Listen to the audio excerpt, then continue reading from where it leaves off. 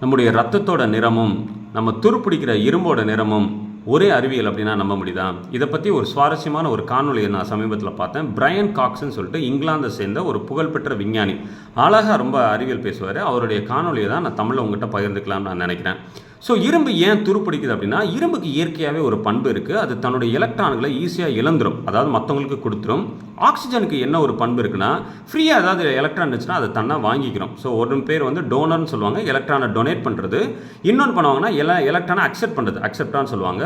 So ஒரு இரும்பு பக்கத்தில் நீங்கள் ஆக்சிஜன் ரியாக்ட் பண்ண ஆரம்பிச்சிருச்சுன்னா அது துருப்பிடிச்சிடும். அந்த இரும்புகிட்ட நீங்கள் ஆக்சிஜனை காட்டாமல் இருந்தீங்கன்னு வச்சுக்கோங்களேன், அந்த இரும்பு வந்து துருப்பிடிக்காது.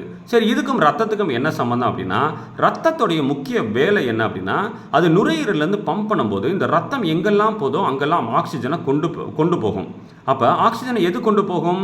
இப்போ தான் அந்த இரும்புடைய அறிவியல் இங்கே வருது. இரும்பில் எப்படி அயன் அப்படின்ற எலமெண்ட் இருக்கோ, அதே மாதிரி நம்முடைய ரத்தத்துலேயும் அயன்ற எலமெண்ட் இருக்குது. இந்த அயன் தான் என்ன பண்ணுதுன்னா, ஆக்சிஜனை எல்லா இடத்துலையும் கொண்டு போகுது. ஆக்சிஜனை எல்லா இடத்துலையும் கொண்டு போயிட்டு இந்த அயன் போய் எங்கே தேவையோ அங்கே போய் ஆக்சிஜனை விட்டுறணும். அப்படின்னும் போது இரும்பு மாதிரி ரொம்ப ஸ்ட்ராங்காக பிடிச்சிக்கிட்டோம்னா அப்போ அயன் வந்து நம்ம ஆக்சிஜனை விட்டு பிரிக்காது. நம்ம தேவையான இடத்துல ஆக்சிஜன் போகாது. அதுக்கு தான் இந்த ஹீமோகுளோபின் வந்து பியூட்டிஃபுல்லாக இயற்கையாகவோ கடவுள் படைப்போ எவ்வளோ அருமையாக இருக்குது பாருங்கள். அதை தான் நான் இந்த இமேஜில் காட்டுறேன்.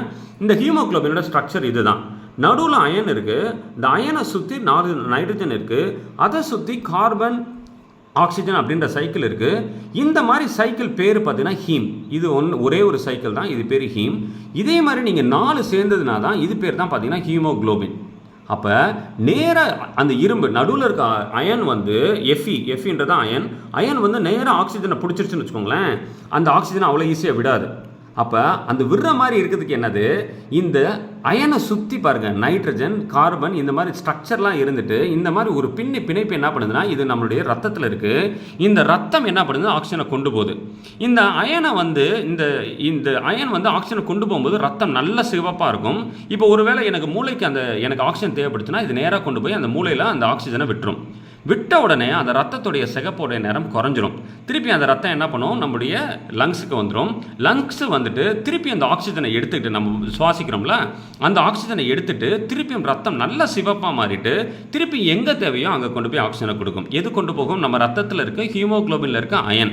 அப்போ இரும்பு எப்படி துருப்பிடிச்சிச்சோ, அந்த நிறம் சிவப்பாக இருந்ததோ அதே மாதிரி தான் நம்முடைய ரத்தம் சிவப்பாக இருக்கிறதுக்கு காரணம், நல்ல சிவப்பாக இருக்க காரணம் என்னென்னா நம்முடைய அயன் கண்டென்ட் முக்கியம்.